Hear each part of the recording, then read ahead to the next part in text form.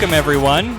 Thank you all for coming out. We're so excited. This is our second meeting and another full house. This is just fantastic, and we are just so thrilled that so many people have found this group and find it meaningful and useful. So thank you for being here. Just the basic housekeeping. Should we need to evacuate the room, we'll go out the door we came in here. If you have a cell phone or electronic device that you need to silence, now's a good time to do that. There's water and snacks on the table here in the back. Help yourself to that. We are granted use of this space for free because we are a registered 501c3 nonprofit. However, if we do make a mess, they will charge us for it. So please be respectful of the space. And if you need to use the restroom, they're right out this door here, but they have special door locks that will lock behind you if you let the door shut when you come out, and then nobody will be able to get in. So please put the trash can back in the door when you're done.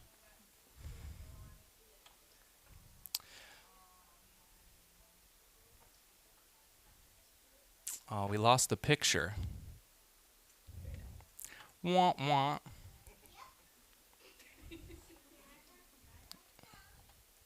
Oh, it won't load. That's so frustrating. Anyway, in May, we had some awesome volunteers who were on a picture on the slide who came out to help us do a cleanup in Bartow. It was part of the Great American Cleanup with Keep Polk County Beautiful. And we cleaned up quite a bit of trash in this area, and I think we had a really good time together doing it. And that also kicked off a regular cleanup project that we're going to do. We are still waiting on final determination of which roadway we're going to be assigned, but we're pretty sure it's Old Dixie Highway in Auburndale.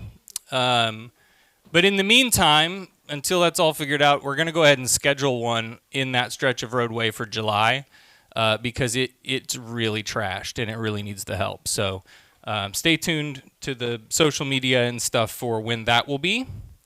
And then eventually they'll have wonderful signs put up along the roadway that say that the atheist community is cleaning up this section of roadway.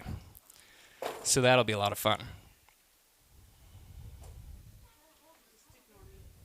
Let's see if these pictures come up. Oh, pictures, there we go. While we're thanking our volunteers, we had several of you came out to Pride in Lakeland at Pride in the Park in Munn Park to hang out at our booth and chat with people and give free hugs and just support the LGBT community. And as a trans person, that means a lot to me. Obviously, this is something that I'm very passionate about. And, you know, we make the case that when equality is under attack, atheists show up, largely because who is the opponent to equal rights? It's religion, right? So that becomes an atheist issue. So a big thank you to everyone who showed up for that. And I'm sure if you talk to each one of those people, they would probably have at least one story to tell from that experience. And I don't know if Keith wants to talk about this or if you want me to give you the Reader's Digest version. So Keith there was standing out with the free hug sign, and a young man came up and gave him a hug, and as he walked away, Keith could see the tears in his eyes. And long story short, his mother came back and had a conversation with Keith, and then they've connected online now and have chatted back and forth. And it turns out that this young man, his father is an extremely evangelical Christian and turned away from him 4 years ago in the middle of probably the most critical part of his development. Turned his back on him. And so he hadn't had a dad hug like that since. And so the two of them connected, so we're all going to cry again because it's just, the whole thing was just, I wasn't even there for it. And it's just so touching. that sometimes that's all it takes, just that simple connection with another human. Not a word to be said, just a hug, right? Well, later on in their conversation, this mother revealed that she herself was in the ministry for 30 years and said in a message to Keith, "Never have I seen the Christ that so many extort, so plainly visible in you, the atheist." Poetic. So, again, there were a lot of folks out there, and please share those stories. If you were there, if you have them, share them, because it's such a meaningful thing, especially for kids like this who, when families turn their backs on you. And that's one of the things as a young person in the queer community that you're terrified of, right? You may know that your parents are going to be accepting, but there's this monster in your mind that lingers in there because we've seen all the news stories, we've seen the posts on social media of parents who weren't supportive, and so you always have that lingering back there of what if.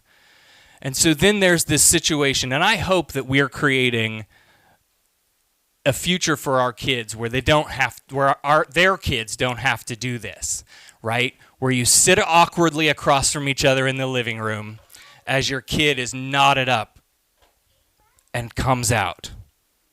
Mom, Dad, I'm gay. I'm trans. I'm bi. Terrified of how you might react. I want to live in a world where my kids go, "Hey, I'm bringing my girlfriend home this week." Okay, great. And then next month, maybe it's I'm bringing a boy home. Okay, fine. Oh, I'm dating a trans kid. Great. What's their favorite meal, right? Let's cook them dinner. I'd love to live in a world where this just isn't a big deal. And I think that we're creating that world for them. And I think this kind of stuff makes a big difference to that. So that's the good news. Now let's talk about some church-state separation stuff. So on June 1st, the atheist community of Polk County sent a letter to the Polk County School Superintendent Jacqueline Bird and the school board about several concerns that were brought to us by members of this community. A couple of parents reached out to us and said that their graduates were handed Gideon Bibles during the graduation practice. Student came across the stage, down the steps, and there stood a man whom they'd never met, handing them a Bible and saying congratulations. And then there were several schools, I believe at least 4, that gave invocations or prayers as part of the commencement ceremony. So our letter to Superintendent Bird and the school board reminded them of the constitutional obligations and assurances that religion must be kept separate from government, and by schools allowing or arranging Bibles to be distributed and religious invocations to be given at graduation, they not only cross that line, but they send the message that the school district preferences that religion over all others, or religion over non-religion. And we reminded them that these occurrences create a divisive atmosphere, and it makes those of differing beliefs feel as though they are not valued members of that group as a whole. Now, it probably won't surprise you to know that this is not the first time that the Polk County School District has been advised on these 2 particular issues. The staff attorney, Andrew Seidel, at the Freedom from Religion Foundation has sent letters in the past, February 2016, about Bible distributions, and again in 2017 about prayer at graduations. So they know this is wrong. And perhaps most salient, we reminded the school board that their own policies and bylaws forbid this. The policies state, quote, "The district shall not act as a disseminating agent for any person or outside agency for any religious or anti-religious document, book, or article." And that, quote, "the school board shall not include religious invocations, benedictions, or formal prayer at any school-sponsored event." So it appears that the board agreed when writing these policies, and yet these issues continue to be a problem. And we did, again, notify the Freedom from Religion Foundation that these issues are continuing to happen despite their warnings in the past. So all of that is to say, this is the kind of stuff that falls under the church-state watchdog activism stuff that we're doing. If you encounter something that smacks of a violation, let us know so we can investigate it and figure out what the best course of action would be.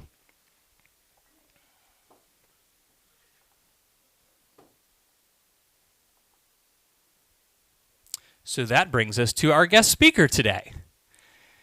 David Mercer was a minister for 35 years. Now, so the first meeting, right, we brought you in and told you how great the atheist community is going to be. Here's the bait and switch. We brought in the preacher. There you go. David was a minister for 35 years in the Southwest region of the United States. He began as a minister in the Churches of Christ independent Christian churches. Later transferred to the United Methodist Conference and became fully ordained in that denomination. He was also an adjunct college professor in Southeast Oklahoma, teaching the Bible as literature. We are going to have to talk about that later, given some of these laws that have been coming up. After struggling with his doubt for decades, David finally admitted to himself that he did not believe in God. He spent the last few years of his ministry hiding his atheism. He joined the Clergy Project, which is an online support group for active clergy who secretly no longer believe, which has about 800 members or so. Yes, dear. I'm working. What are you doing? Boop. When his children were grown, David quietly resigned from his church, took a leave of absence from the denomination, and moved here to Florida. He began a blog called Deep Calls that he uses to articulate his evolving thoughts on religion and atheism. And in 2017, he turned in his credentials to the United Methodist Conference. He's now a humanist minister, certified to do weddings and funerals. He's a writer and a storyteller, and he advises people much like he did when he was a pastor, right? That's a profession you get into largely because you want to help people, and that doesn't leave you when you leave it.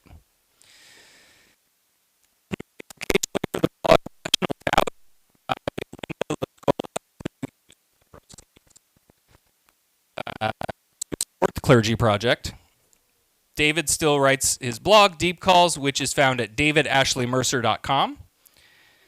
He has a bachelor's degree in Bible from Abilene Christian University and a Master of Divinity from Phillips Theological Seminary. He's an active member of an online community called The Lasting Supper, a support group for people going through religious transition and trauma.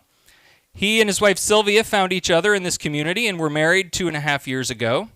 David and Sylvia made the drive down here from Orlando today, and we appreciate the gift of time that you have given to us. So please join me in welcoming David Mercer.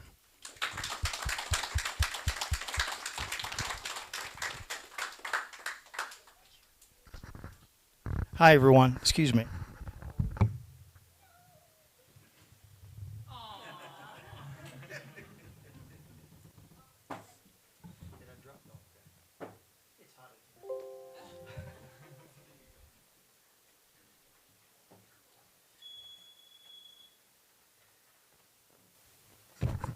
I appreciate what Sarah was saying about meeting some of the the young man who got a dad hug, and I saw that was going on, and so I bought this shirt. This is my first time to wear it in public, and I didn't wear it right at first when you came in because people have different comfort zones, and I just didn't want anybody to feel like anything was expected of them. But I hug anybody, and everybody, I was young once, and now I'm old, but I still have a dad, and even when he's gone, I'll still have a dad. I'll feel him in my heart. And so anybody that wants one gets one, and we'll leave it at that, okay? I don't force it on anybody, but I do want to show that it's available. A couple of thoughts on the matter here. We have children here today, and I had a rule in church about children. when I was a minister, and that is, don't take them out. They get to stay because they're part of the group. And if you want to, that's okay. But nobody has that expectation here that children don't belong, because they do. And can we agree? It is sometimes when they get a little bit loud, we always get to wondering what everybody else is thinking about that. And can we all agree that we're glad the kids are here today? Okay. Oh, we can do that. And I'll try to. Huh? Well, the mom disagrees, but. And I do want to introduce my wife, Sylvia, who is sitting right over here. And Sylvia is, well, what do I say about her? She's gorgeous. She's my wife. She's, no, I can't say that part. She works for, she is in business analysis. I've been with her 3 years, and I still don't know exactly how to say everything that she does here, but she works in business analysis for the fund attorneys title fund services. And anyway, she's a big deal, and she makes me look good when I point her out to her. She also, though she isn't able to, for a while, she hadn't been able to for a while, she is a pilot for single engine airplanes. She's an artist. She's a photographer. She's a singer. And she has her own story that really you ought to get her to tell sometime, because there's a lot to her. And I'm real proud of her, and I'm real proud she's with me here today.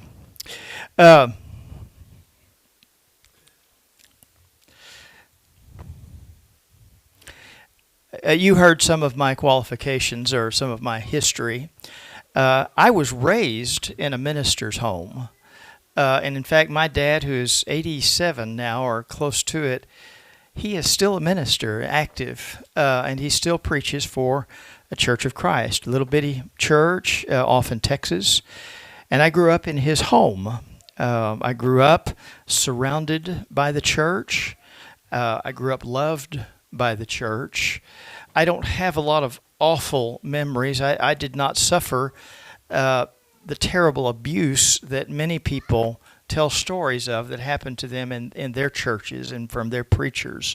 And I'm not casting any doubts. I know those things happened. They did not happen to me personally, and I'm grateful for that. And I think because I had such a strong community growing up within the church, that's one of the reasons I stayed and became a minister. And when I had doubts and didn't know what to do with them, I put them aside for the longest time, because I've been loved by the church all of my life. And it was hard to leave for that reason. Now, there are other reasons that people leave church, and many of them have to do with the wounds that they have received at the hands of the church. And we'll talk a little bit about that later on. And I can't always talk over them, but I'm happy they're here. Just say amen. No, we're in the wrong group, honey.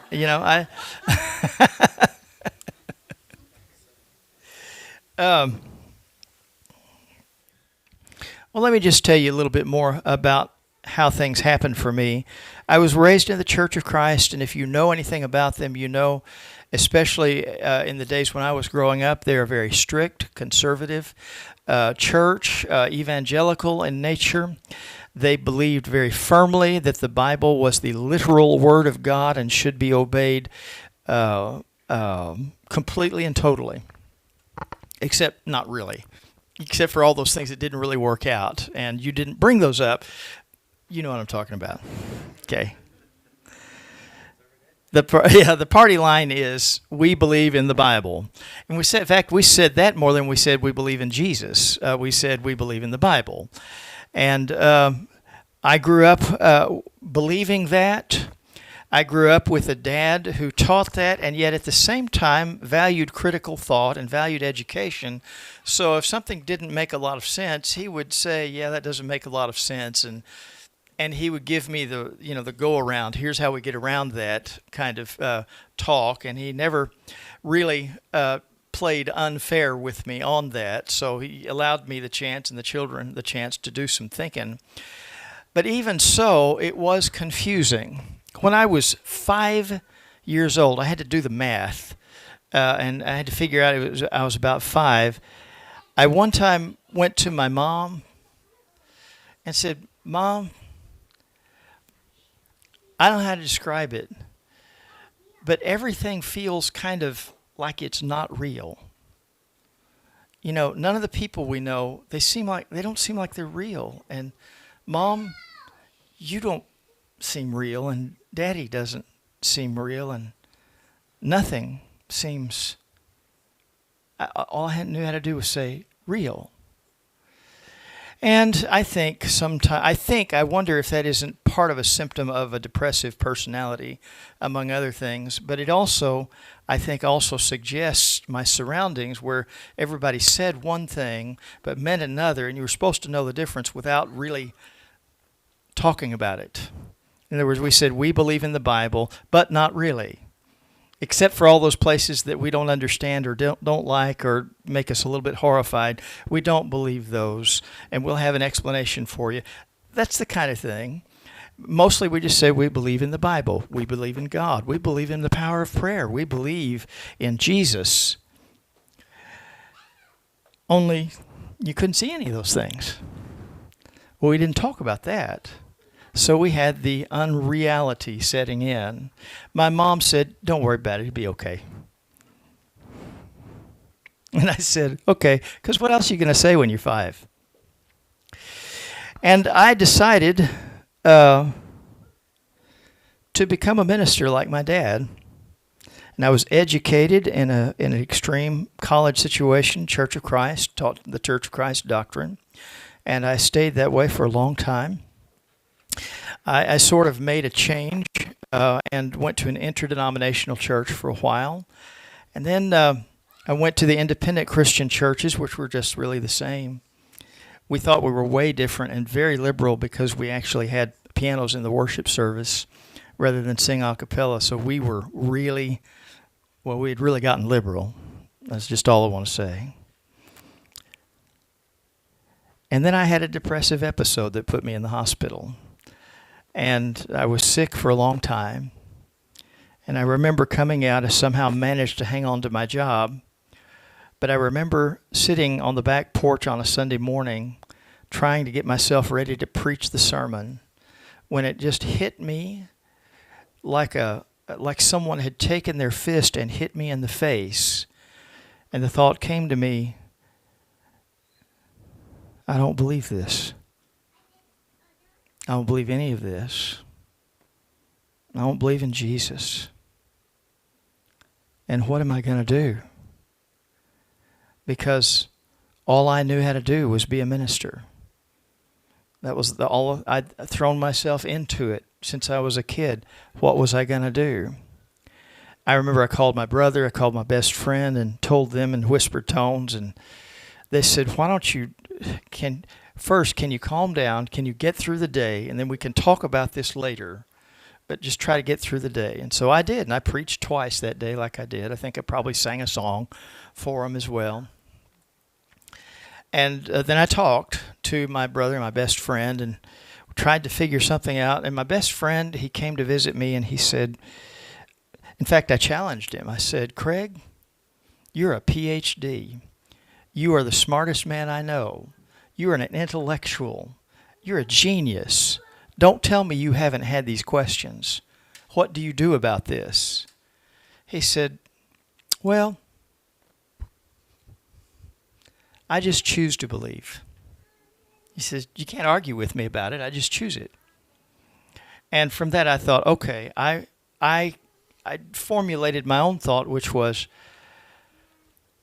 I will decide to believe. Even though I don't understand, even though I have my questions, even though none of it makes sense, I will decide to believe and act as if I do. And not only that, but I threw myself back into school. I changed to a much more liberal denomination, the United Methodist Church.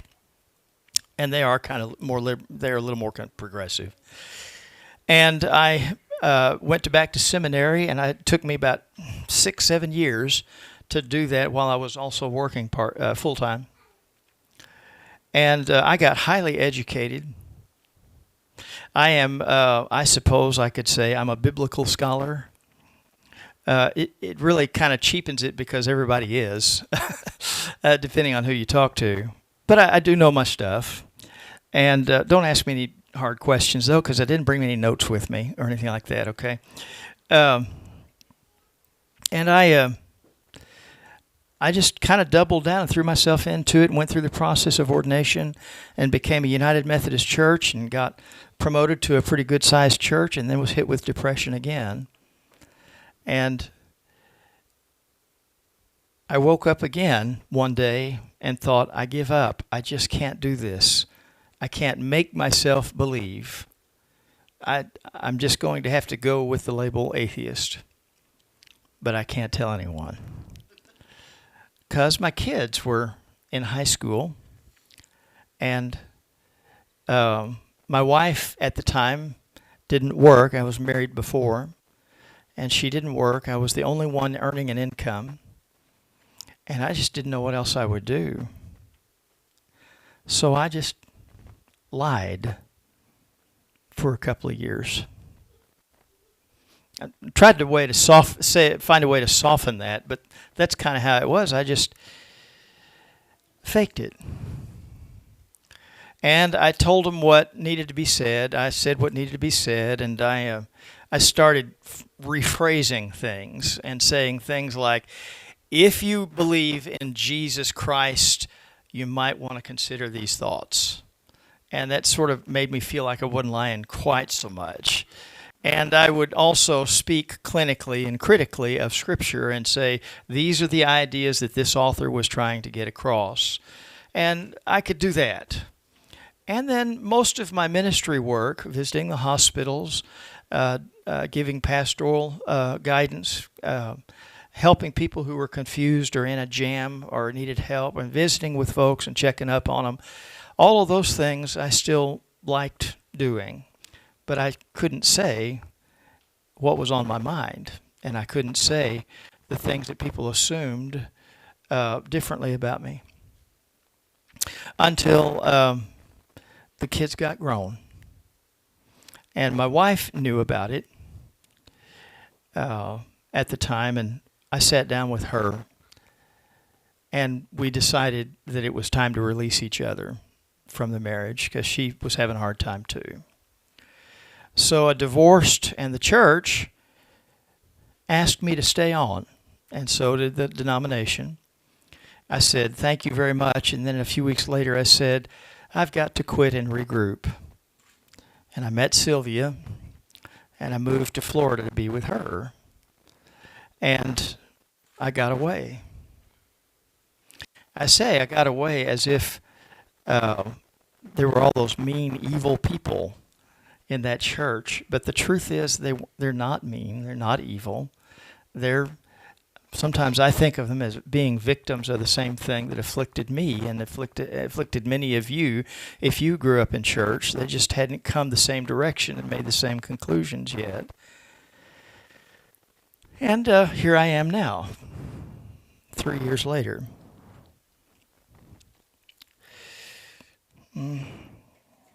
Excuse me. Do you remember the movie Invasion of the Body Snatchers?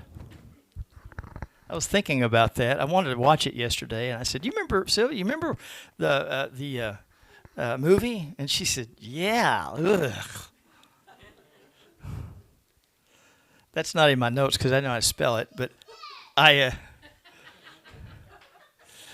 got to thinking about that movie again, and I think I realized why it just never has gone away. They made a remake of it in the 70s, and I suddenly realized why that movie just catches everybody's attention, and it never goes away, and we still keep referring to it, pod people and such like that.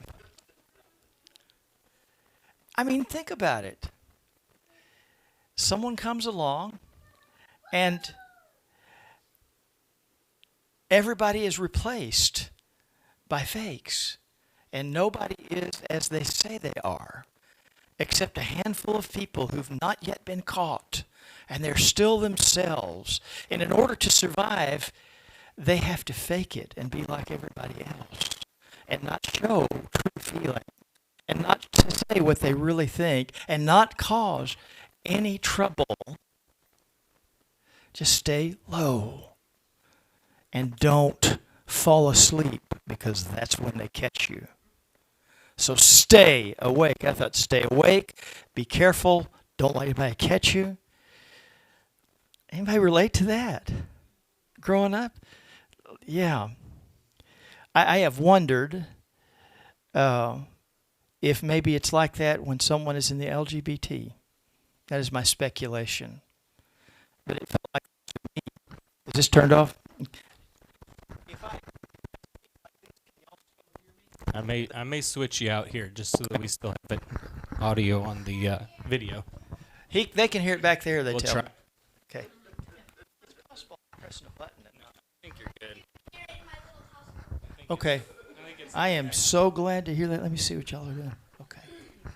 This will either be better or worse. Mic dead. Oh, okay. I love technology.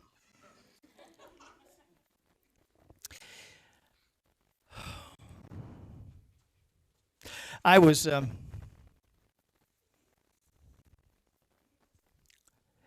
idea of not telling anyone, of hiding, of pretending to be like everybody else.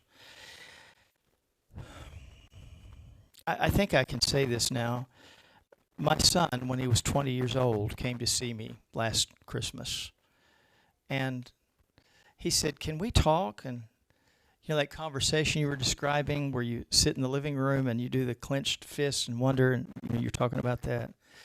Well, we went to Denny's and we had, and we were having coffee and talking, and he said, "Well, Dad, I've got to tell you something, and it's not bad," he said, "but I just felt like you needed to know." And just at that time, about 8 tourists came in, talking just as loud as could be, and sat right at the table next to us.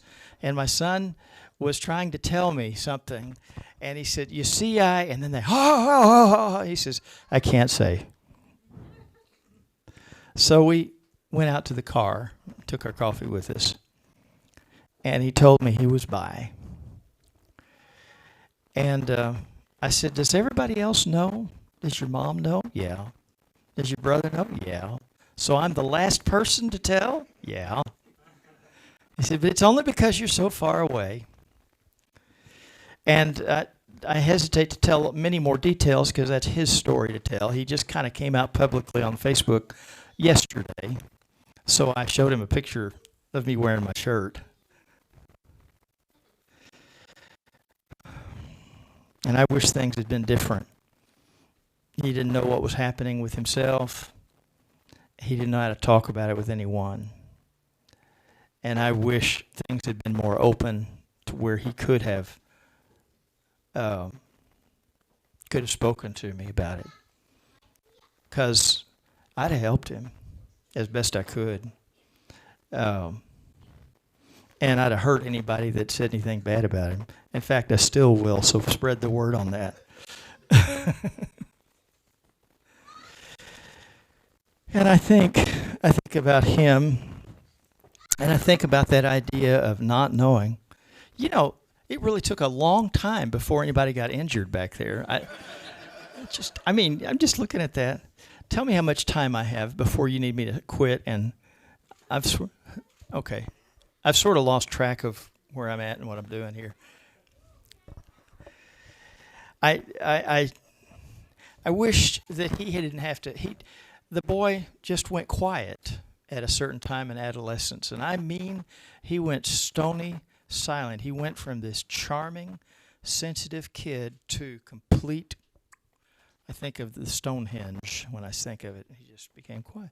"Son, what's the matter?" "Nothing." "I think something's on your mind." "No." "And you seem very unhappy." "No, I'm fine." And I remember one time I got mad at him because he wanted to skip school again. And he said, "I don't feel good." And I said, you know what? I don't care that you don't feel good. I believe you in everything, but you got to get up and push yourself anyway, because that's the way things are done. You can't just not go. You have to make yourself, even if you don't feel well. And I was really doing, that number, because I was the dad. That's what you do. And he said, okay, but could I say something? I said, yeah. He said, that idea of forcing yourself, even when you don't feel like it? Yeah. He said, I've been doing that a really long time.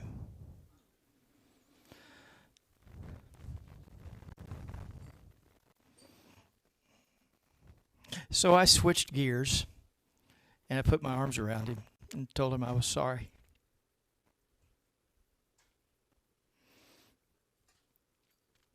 I said, you've been feeling bad a long time? Yeah. And I said, well, we can't have that. We got to fix this. Because I knew what that was about.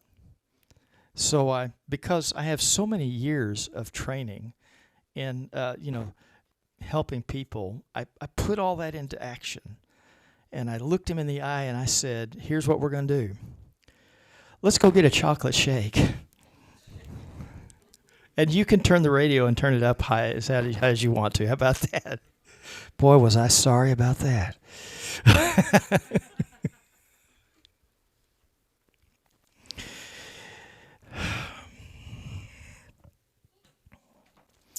But he didn't tell me at that time. That was a few years ago. He had to wait until he was grown. He had to wait until he was strong enough and clear enough and had seen a counselor, I believe, and then he could tell me. And I wish for a day when it's easier, when it's normal, when I could somebody could tell me something like that, a child could tell me that, and I could say, great. And they said, can I invite somebody over? And I promise you, I'm going to say when that happens, you bet. You bet. What's their favorite food? What do they like to do? I'm going to do it. Those are good thoughts. I can't wait to do that. I'm coming to a point about all of this. No kidding, I really am. But let me tell you about one other thing that happened to me. After I became an atheist, I made contact with some of the atheist community around the country. And as it turns out, in Dallas, Texas, there was going to be a gathering of atheists. I think it was called Aposticon. And I knew some of the people there. And was anybody there? That was a few years back. You're nodding like you know what I'm talking about. I knew it was happening. I wasn't involved. Oh, okay. Well, I knew the person that put it together. And because they had known me, some of them had been reading my old blog for a long time called Clergy Guy, which was an anonymous blog, and I was talking about this stuff. I said, God, I wish I could come and see y'all, but I don't know how to. I wish I could come. And she said, I know. You can come as the representative of the clergy people, and you can talk about how clergy and atheists could work together on some of these things that are so important. The feeding of the hungry and helping the poor and equal rights, especially in the Methodist Church. You have a lot of those things in common with us. Could you talk about that as a clergy person? I said, yeah, I could do that. So here I am. I'm standing in front of about 300 atheists, and I'm one of them, but I can't tell them that because it's still a secret, and so I'm the clergyman who is secretly an atheist, and they're atheists wondering what the clergy guy is going to say. And of all things, only one guy wants to challenge me. How can you say you believe in God?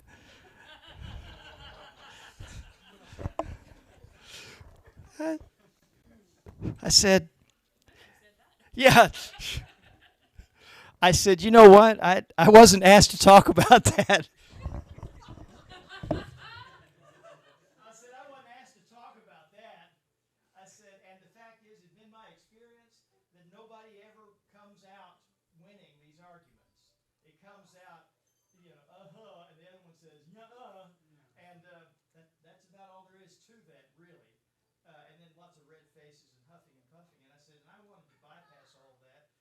He was kind of a jerk, and so everybody else was embarrassed and gave me a whole lot of sympathy after that point. So really, I need to find that guy and pay him off for getting set up because he did a good job. No, here's what I remember about that time. I was nervous. I thought, how are these people going to feel towards me? And I stood up before them, And I said right at first, I really appreciate you having me here. I think it's very kind of you to have to do that, and I appreciate it. It shows a lot of class and maturity. And to a person, they all breathed a sigh of relief. I thought, did you folks think I was going to try to convert all of you here? Did you think I was going to give you a message of Christ? Did you think I was going to threaten you with hellfire?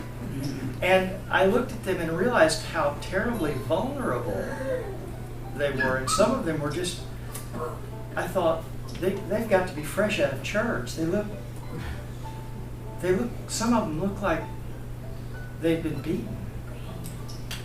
The scars weren't there, but the face, as they looked at me. Now, here's the thing. There's a line, and some of you crossed it, where you had lots of doubts. You were a believer, but you had lots of doubts. And you had been hurt, and people justified hurting you in the name of God. And then there are people that crossed that line and no longer believed anymore. They might have at one time, but they didn't now because they'd been hurt, and somebody told them they deserved it in the name of God. And the pain is almost the same. They're almost the same people. I was sitting at McDonald's with a friend of mine yesterday or the day before and said, you notice how we're talking in hushed tones about, atheism and such? I said, that's because we can look around and everybody in this room, most of them, believe in God. But if the numbers are correct, most of them, a big chunk of them, don't go to church anywhere. Because they either quit caring about that stuff, still believe, they still have a superstition there, but they don't care about it, or they've been hurt and can't go back. And I would suggest to you that those are the people we need to focus in on and get our message to. One, because they hurt a great deal, and they have questions that they don't want to ask, but they won't go away. And my guess is that there are a lot of them out there. A whole lot of them out there. But you're signaling me and I can't. Does that mean 10? I got 10 minutes? Okay. Does that include questions and answers too, or? You can have 10 good. plus, yeah. Okay. You can. I should have made a sign. I need yellow card. I thought you were waving at me. I'm sorry. I consider myself this really perceptive guy, and I'm empathic. I sort of pick up emotions, and start feeling them. But if somebody gives me a sign like that, I don't have a clue what that means. Or somebody wants to mouth words at me, I think, huh? What? What? I have to stop everything, Now you derailed his train. Sorry. It doesn't I take wasn't long. really even signaling you. I was showing her how to signal you. It's okay. We're vamping here till I get myself back on track.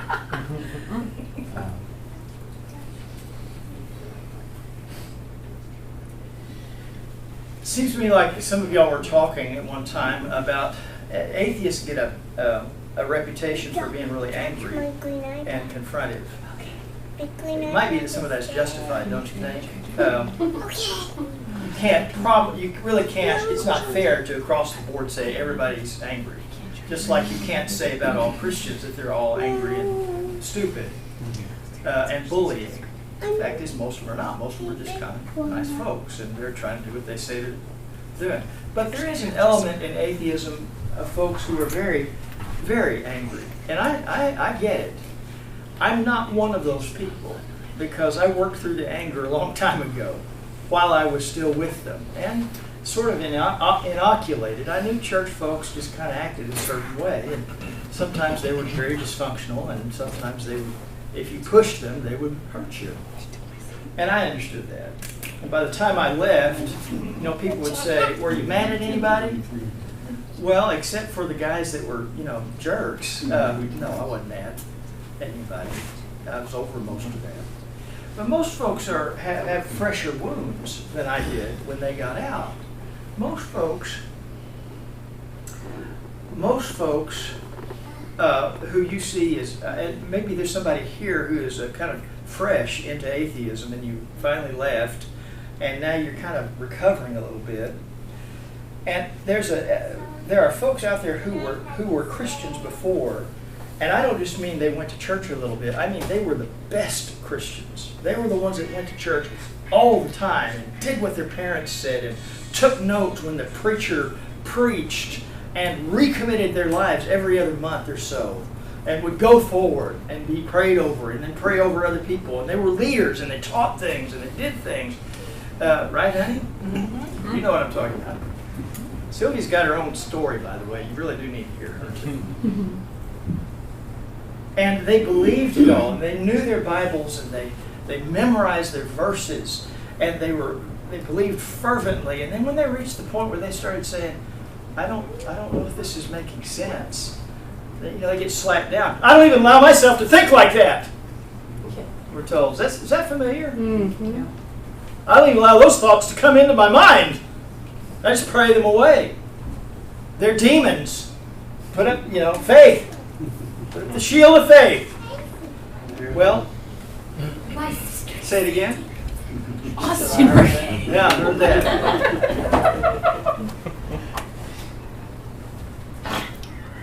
And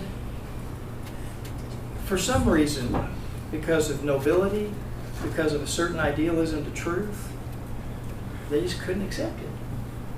They couldn't say anymore. They couldn't take it, even under intimidation, even under threat of loss, great catastrophic loss. They couldn't take it anymore. And so they said, I don't think I believe anymore. And then they lost everything. Everybody they'd known turned on them.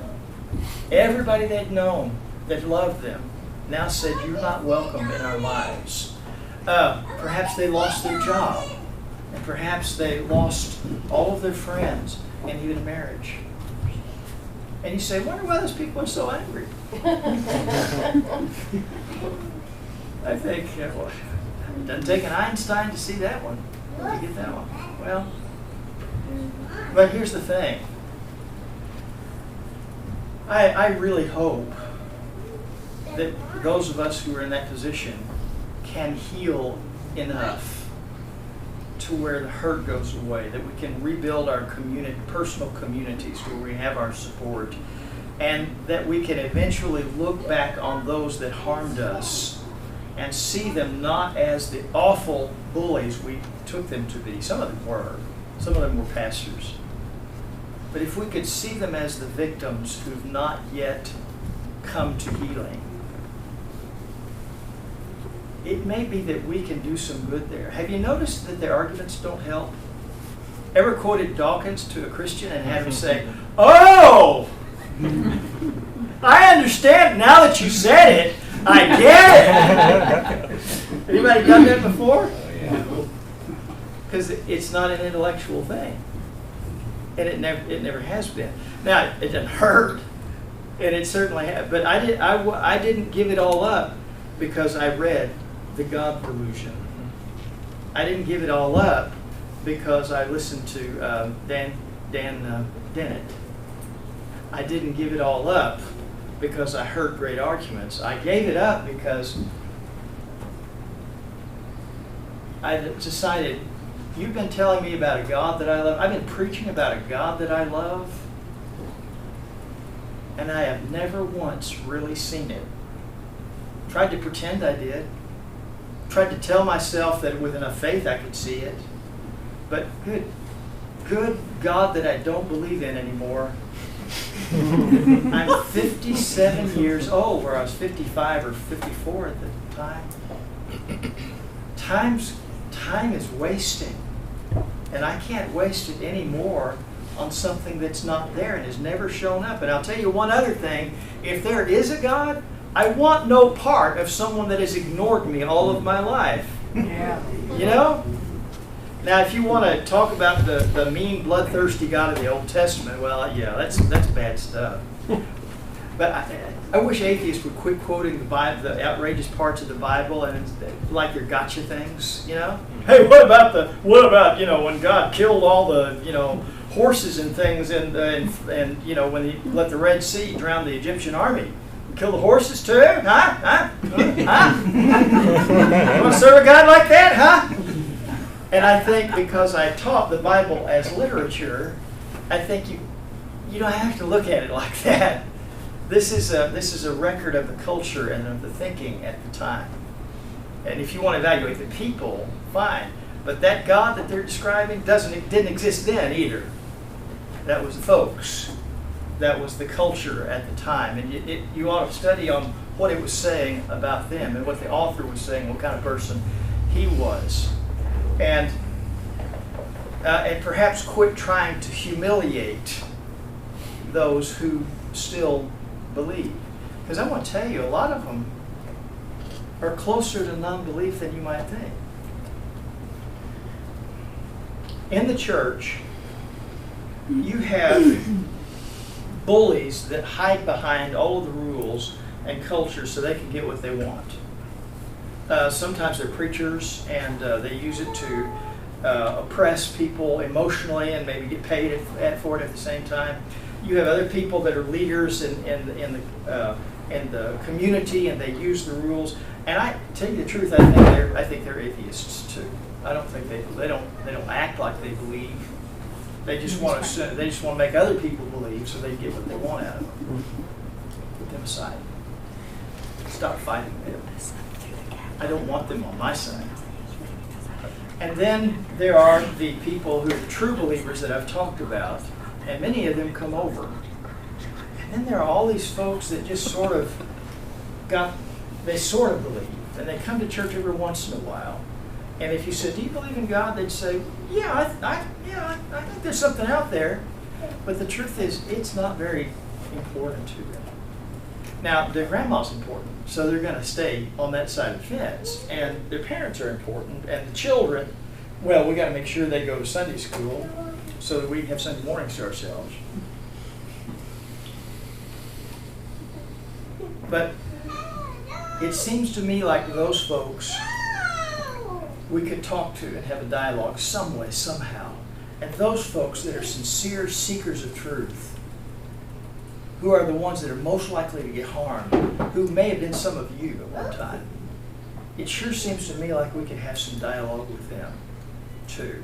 But we won't do it by arguing. I think we might do it by picking up trash together, though. Mm-hmm. And by saying, "Hey folks, there's some hungry kids. I know that we don't agree, but could we all agree to feed them? Mm-hmm. I won't do that to y'all." Mm-hmm. And of course, they got the numbers, so we kind of have to say, "Can we throw in with you?" And even if they don't, you throw in with them anyway. And you do the tasks together. You do the work together. You do the things that you take care of the things that are important together. And you find that you let them see that they've got more in common with you. And then you get to talk, and then you get to share. And somehow, some way, there's got to be a way to talk. There's got to be a way for everyone to come out of hiding and to be able to speak what's on their mind. Are we recording this? Yeah. We are, aren't we? Okay. And will it be like on YouTube or something eventually? Yeah. Okay. I won't talk directly to the camera. Because there might be some of my friends from the churches and other people who are listening to this for some reason or another. And while I want to get along with you, I don't want to just get along with you. I want to persuade you. And I want to talk in a way that helps make your life better. Not for me, not to convert you to any of my organizations or church, not to put you as a notch on my belt, but I want for you to be free. And I want for you to have your own thoughts and dreams and make your own choices so that you can be who you were truly meant to be. That's what I want. And I won't stop until I get a chance to talk to you about it. Thank you.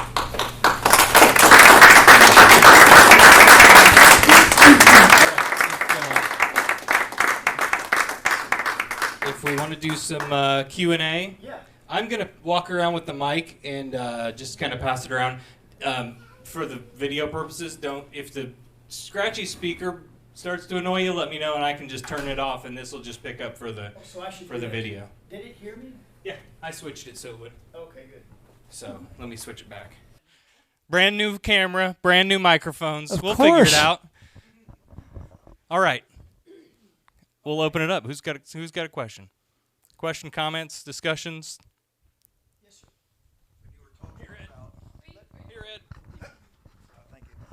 When you were talking about the other clergy, when you were talking about the other clergymen who had noticed contradictions and then offered workarounds, did they express any curiosity about the nature of the contradiction?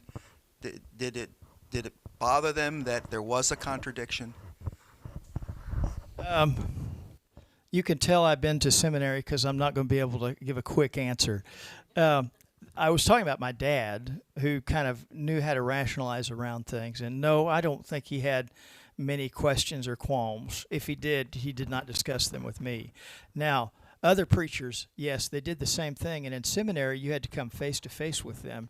And the most helpful thing our seminary professors did was say, because you'd ask them, what about this contradiction? And they would say, yes, there's tension between those two thoughts. So they never tried to diagnose Nope. or tease apart. They had a rationale that made it go away. Well, my professors didn't try to make a rationale. They just said, yes, those two things don't reconcile. And they would say, you may have to come to a peace about that tension. I thought, I paid $90,000 for this education, and I got tension? No, I'm kidding with you. That was actually a pretty good answer. I got frustrated with it, but it was not a bad answer for seminary students. Someone else? I'll ask you about your teaching Bible as literature. Yeah. So one of the things that we noticed when I started researching Project Blitz, which is the evangelical right's attempt to install Christianity into our state governments, one of those legislative efforts, which was filed in Florida this year, was to teach the Bible to every high school would have to offer, public high schools in Florida, a class on the Old Testament of the Bible and a class on the New Testament of the Bible. And part of the wording that they put in there was the literary, teach it as a literary, not as a real truth, gospel God. This is not as science. Right. Okay. Right. But there are many of us who fear that is just language to help get the bill passed, and in states where those classes already exist, it turns out those classes aren't being taught necessarily objectively or literarily. What do you think about all of that? I think it's a front to get religious doctrine put in there. If you wanted to study the Bible as literature, I'm okay with that. If you want to look at other religious bodies of work and do that too, and do some comparative work and study it critically, like I taught, then okay. But I mean, come on. Yeah. Do you really think we're buying that down here? Florida, we just want to show that people to see, and look at this critically. I think, no, you don't. Everybody knows you don't. Skip the language. We don't believe it. Nobody does. I loved teaching that class, even after I became an atheist. I loved teaching that class because I would say, I'm about to teach you things that aren't in your doctrine. I'm about to show you things that aren't in your religious doctrine. And you're going to want to say, but it says, and I'm going to make you try to prove it from Scripture, and you're going to have a hard time. It's going to shake you up. And I'm going to tell you this. If you get all shook up while looking at the Bible in this class, understand you can walk out the door and go right back to your church and be however you want to be. But in this class, you have to look at it for what it is. Yeah.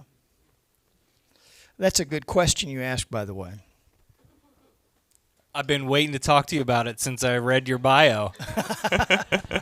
I still would love to teach on that from the perspective. And in fact, I would even like to say, in fact, I would like to go to the lawmakers and say, I'll teach that class. I'll teach it right. I'll teach it the way you say. Yeah, is it? Yeah.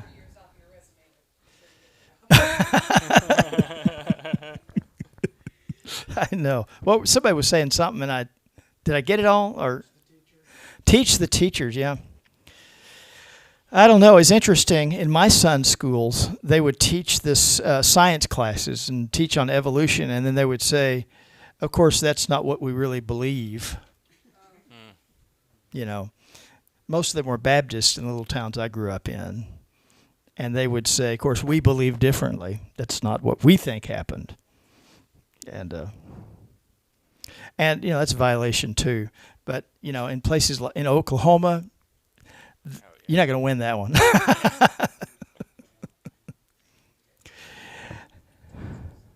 Yeah, Oklahoma and Texas. That's right. Yeah. Deep South.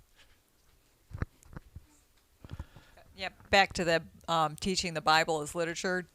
In your studies, and also if this were to be a thing and have a class, did you ever study the lost books of the Bible, the ones that were decided not to be included?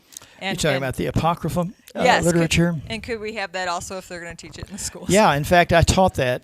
That was part of the course, and what I taught is interesting to read. I don't know why that was a political thing, deciding which book would belong in the Bible. You ask, how did we get the Bible? How did you choose? Well, it was politics.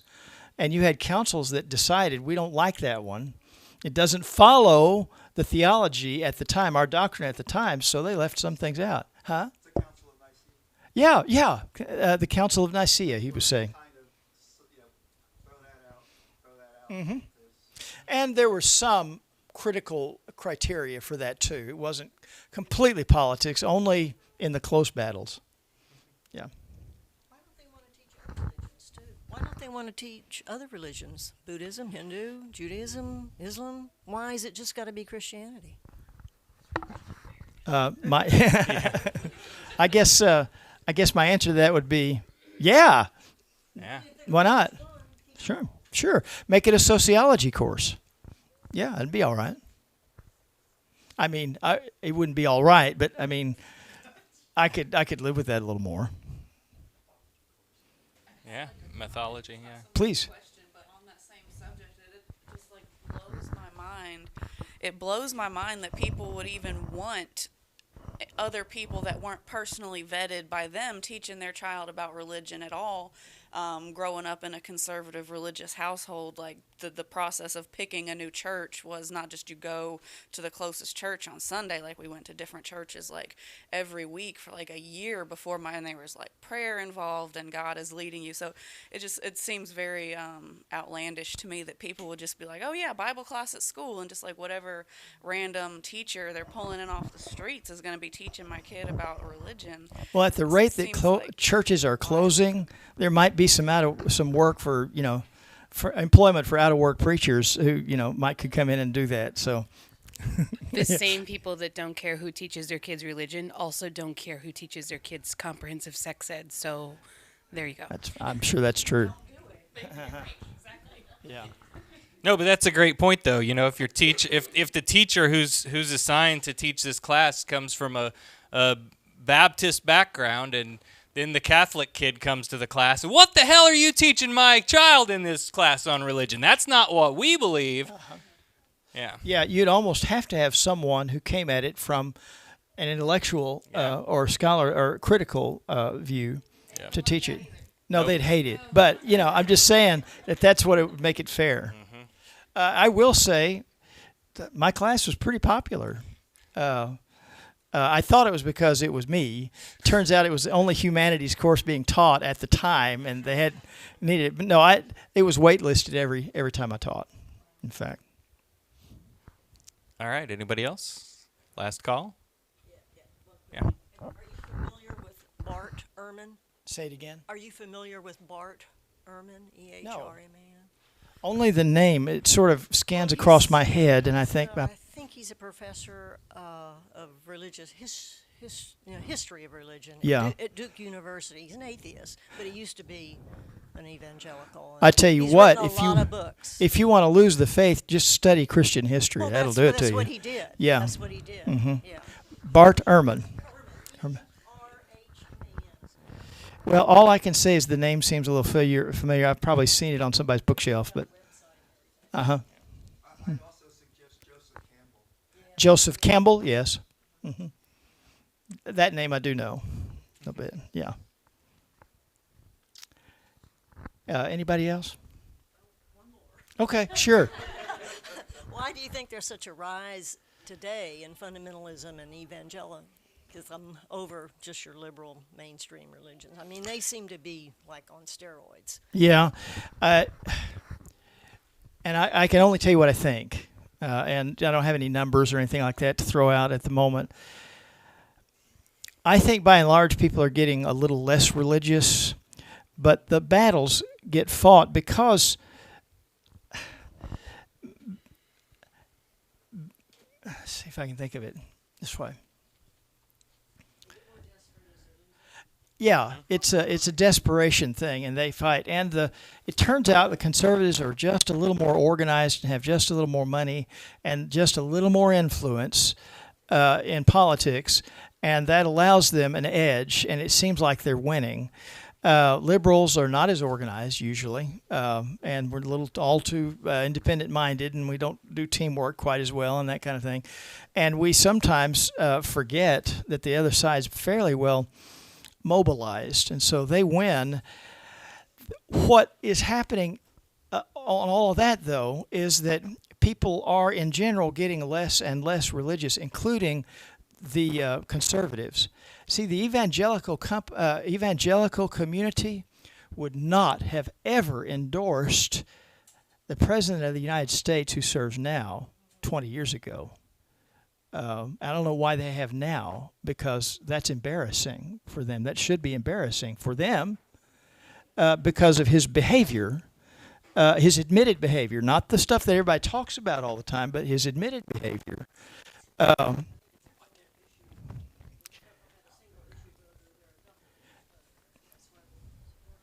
Yeah. See, I think the reason that happens is because their beliefs are not as strong anymore. Their beliefs are not geared towards loyalty to their deity, but it's towards something else, community and economics and things like that. What I was going to say, I think our society is getting less and less religious. Churches are closing. Membership continues to decline and has been declining for a very long time, and it's now at the point where everybody's noticing it, and you can't say it's not happening. You can't say it's not happening in our church. It's happening in almost all churches. And so it is an interesting dynamic with churches closing, less religious happening, but the conservatives have won a little bit. But it's interesting, that pendulum swing. We went from Ronald Reagan and George Bush to Bill Clinton to another George Bush to Barack Obama to Donald Trump. And I think, well, what next? Which way is this going to bounce? And I think, I don't know. I really don't know, and I'm scared to speculate on that. But the American public tends to bounce, and some of it's because we're so divided and it's so close between them. Yes, sir? Well, I think if you zoom back, you see that in the rest of the world, religion is on the decline. And when that happens, you get zones where it amplifies. Profit guarding and so forth. It gets exaggerated there and then thinned out everywhere else. Mm-hmm. But the United States is kind of lagging behind in that. Travel in Europe, you'll see that the church doesn't pull all the strings. Regarding that, I talked to a man from New Zealand yesterday. Yeah. And he is absolutely floored by all these little tiny church fronts on every corner. He's never seen anything like that in his life. We were a little floored. We counted about 15 churches driving into town here today. 15 of them. Good. And they were full. They had things happening. When we first drove through Florida, there's like a church on every corner almost. Yeah. It's that way in Texas. It's Anywhere that way in the Oklahoma. South, I'm hearing. Is it really? Mm-hmm. Mm-hmm. Well, there is, according to some reading I did, and it's dated now. I read books, and we don't read books anymore. It turns out we read Kindles. But this was, Europe is not a Christianized nation anymore. Okay. That has crossed over to Canada, and it's coming from the north and traveling down. Now, if you really want to see some religious people, go to South America, and you see where, those of us who were in church would say, now those folks have got it going on. I think, did you really want to imitate them? And Africa is, in the Middle East. Yeah, and so it is migrating here. And because communications and internet and access and things are happening at an increased speed, it's going to continue to change. And it'll be interesting to see which way things bounce, because it's a little unpredictable to me. The resource pool is so much larger with the internet. If you want to know Yeah. stuff out there, you'll be buried in commentary, observations on the subject, good and bad. And you have to learn vetting skills. You have to learn how to sort out the bullshit from the information. I'm a little worried about that. Teachers are trying to teach high school students how to think more critically. I substitute teach, and I see the effort being made. On the other hand, I'm seeing we're undermanned, and the classrooms are often just complete chaos. And you have people from all different languages coming in, very confused, and I think we are losing this education struggle. We are losing it.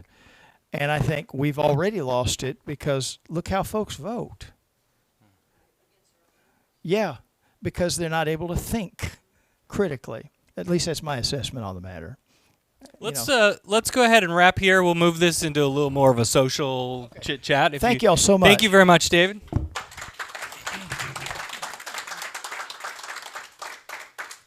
Let me reset my presentation here. I had a couple more things to share with you before we move along. Yes, baby.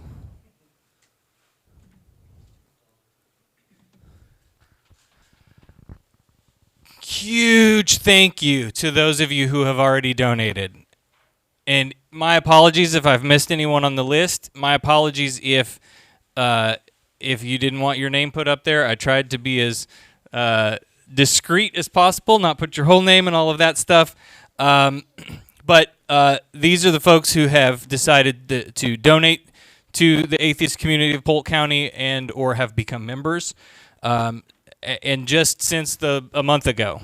So thank you so much for choosing to invest in this group. Thank you. Now that has allowed us to do things like some of the flyers that we have on the table here, which we were able to have out at Pride to hand out to people to show what we're doing as a community.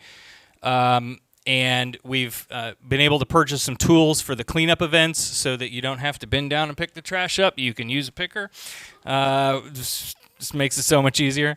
And it helps us bring in speakers to these events. There are a lot of speakers that we're interested in who have required speaking fees that we would love to have come in.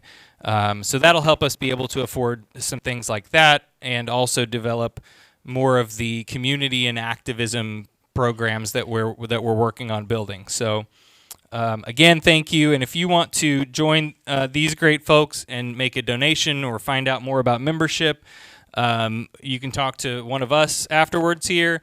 We can take credit card payments on site as well as cash and check. If you have questions we're on Amazon Smile, so if you shop at Amazon and you want to know how you can support us that way, or if you have questions about like getting set up through your employer for employer matching donations, that sort of thing, just let us know.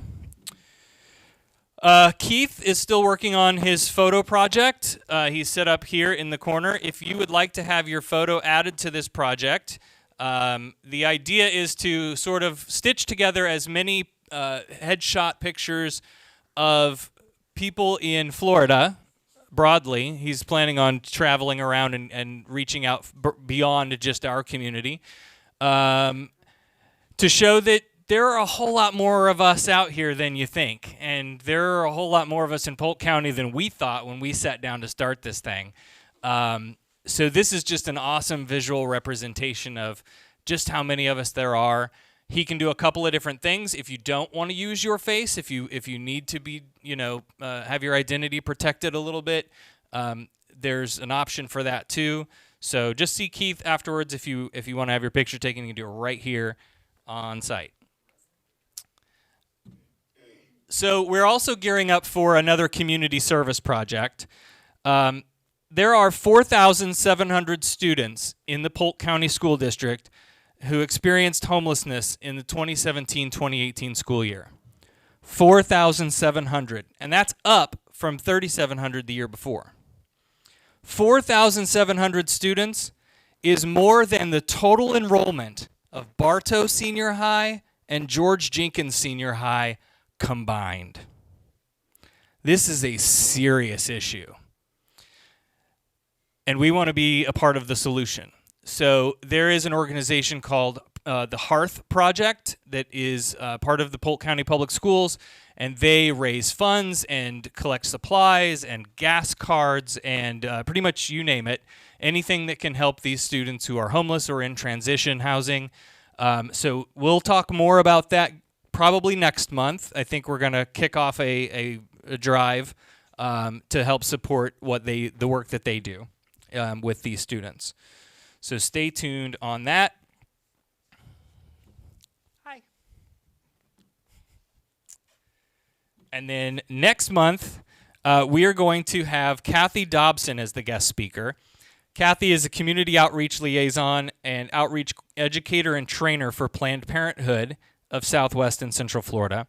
And she's going to be talking about a topic that was mentioned today, comprehensive sex ed.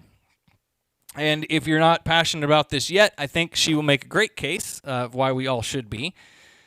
And, you probably already know that the evidence points to, abstinence only being completely ineffective at preventing unwanted pregnancies, at preventing STI, STDs, and how this affects people long into adulthood. And maybe you even have your own experiences with poor sex education in how that's affected you in your life.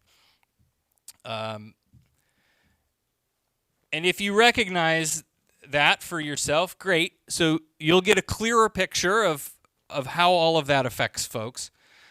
And then again, when we talk about what is an atheist issue, or why should we care about this as a secular organization, who's opposed to comprehensive sex education?